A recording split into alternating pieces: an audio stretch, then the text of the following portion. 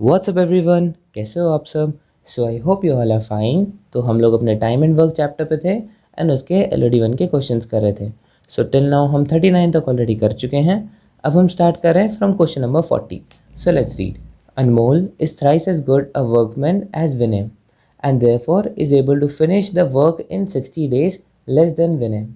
In how many days will they finish the job working together. तो यहाँ पे हमें एक रिलेशन जो है वो तो है एफिशिएंसी से, एंड एक रिलेशन हमें दे रखा है टाइम से रिलेटेड, और हमसे फिर आगे क्वेश्चन पूछा है। तो एक तो रिलेशन है एफिशिएंसी का, Anmol is thrice as good as a workman as Vinay. जब हम एज गुड एज बैड की बात करते हैं ना, तो हम एफिशिएंसी की बात कर रहे होते हैं। So Anmol is thrice as good as workman as Vinay, मतलब ए जो है वो 3 गुना है विनय के। ये हम एफिशिएंसी की बात कर रहे हैं, ठीक है। अब अगर विनय 1 यूनिट एक दिन में बनाता है तो इसका मतलब ए जो है, अनमोल जो है, वो 3 यूनिट्स बना लेता है। अगर विनय 2 यूनिट्स बना लेता है तो अनमोल 3 इंटू 2 6 यूनिट्स बना लेता है, मतलब जितना विनय बनाएगा उसका 3 गुना, ठीक है। ये तो हो गया efficiency. Therefore is able to finish the job in 60 days less than Vinay. जैसे मैं मान लेता हूँ विनय को x डेज लगते हैं, तो अनमोल को कितने लगेंगे, अनमोल को 60 days लेस लगेंगे, मतलब x माइनस 60 days लगेंगे, ठीक है। ये मैंने आपको टाइम बता दिया।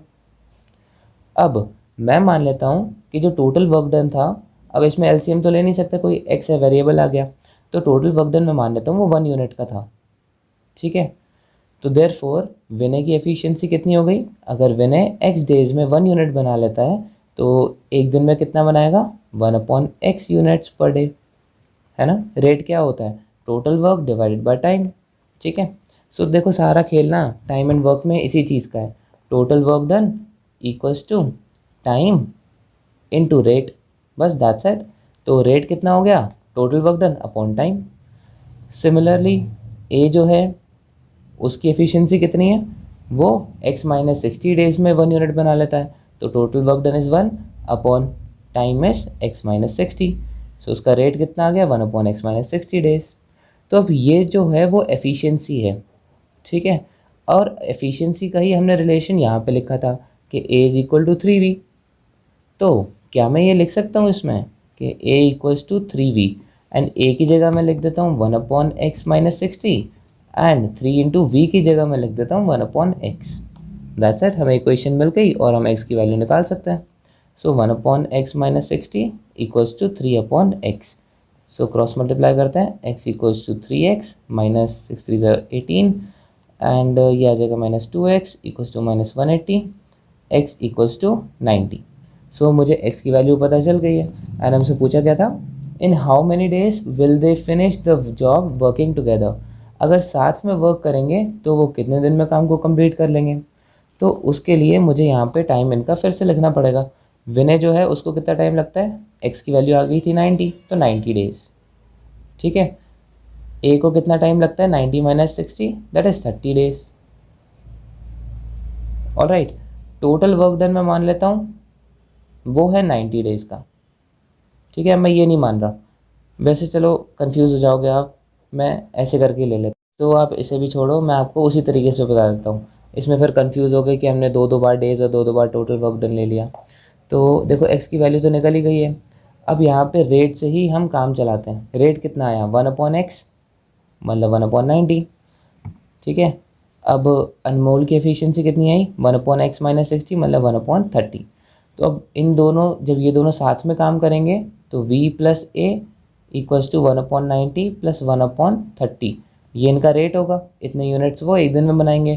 तो ये कितना हो गया, 1 प्लस 3, यानी कि 4 अपॉन 90, यानी कि 2 अपॉन 45 यूनिट्स पर डे वो बनाएंगे, ठीक है। दोनों अगर साथ में मिलके काम करेंगे तब, तो दोनों जब साथ में करेंगे उसका रेट आ गया मेरे पास, ठीक है।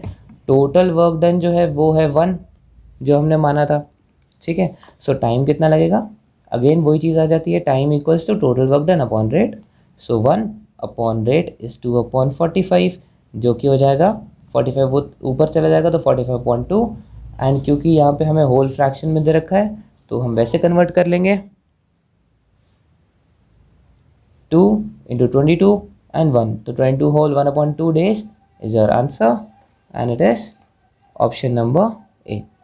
ठीक है, now question number 41। In a fort, there was sufficient food for 200 soldiers for 31 days. अब देखो, जो भी हमने वर्कर्स इन लॉट वाले क्वेश्चंस करे थे उसमें कैसे कैसे क्वेश्चंस आते थे कि 200 men can complete a work in 31 days, है ना। लेकिन यहाँ पे सोल्जर्स के और फूड के बारे में बताया गया है, लेकिन बात एक ही है, वहाँ पर वर्क होता था, यहाँ पे भी तो वर्क हो रहा है भाई। जो फूड जो यहाँ पे भी तो वर्क हो रहा है भाई, जैसे हम खाना खाते हैं वो भी एक टाइप का वर्क ही होता है। तो 200 अगर सोल्जर्स हैं 31 डेज में पूरा सफिशिएंट फूड कंप्लीट कर लेते हैं, खा लेते हैं, तो ये भी हमारा वर्क डन है ना। सो ये भी वर्कर्स इन लॉट जैसा क्वेश्चन में ही कन्वर्ट होगा।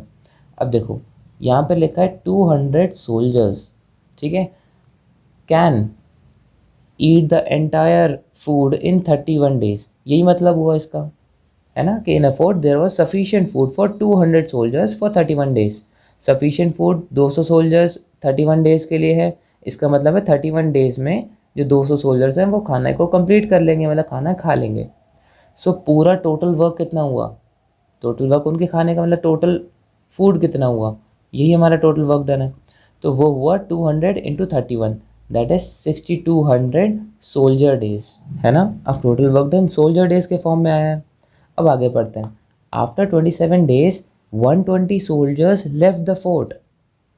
ठीक है, इतना करते हैं। 27 डेज के बाद 120 सोल्जर्स ने फोर्ट को छोड़ दिया, मतलब 27 डेज तक तो 200 सोल्जर्स ने खाना खाया होगा, है ना। तो वो कितना खाना खा चुके हैं वो निकालते हैं। सो 27 डेज तक मतलब कितने सोल्जर्स है, 200 soldiers at the rate 27 days तक उन्होंने खाया। ठीक है, तो टोटल वर्क इसका कितना हुआ, 27 into 2 that is 54 and 100। 5400 soldier days का वो काम कंप्लीट कर चुके हैं, मतलब खाना खा चुके हैं। ठीक है, सो वैसे टोटल कैपेसिटी कितनी है, 6200।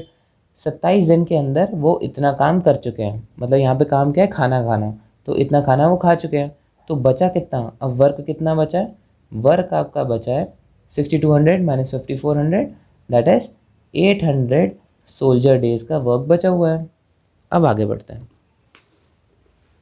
अब देखो आगे क्या लिखा है, for how many extra days will the rest of the food last for the remaining soldiers. और रिमेनिंग सोल्जर्स के लिए ये कितने दिन तक काम चलेगा, पूरा 800 सोल्जर डेज का।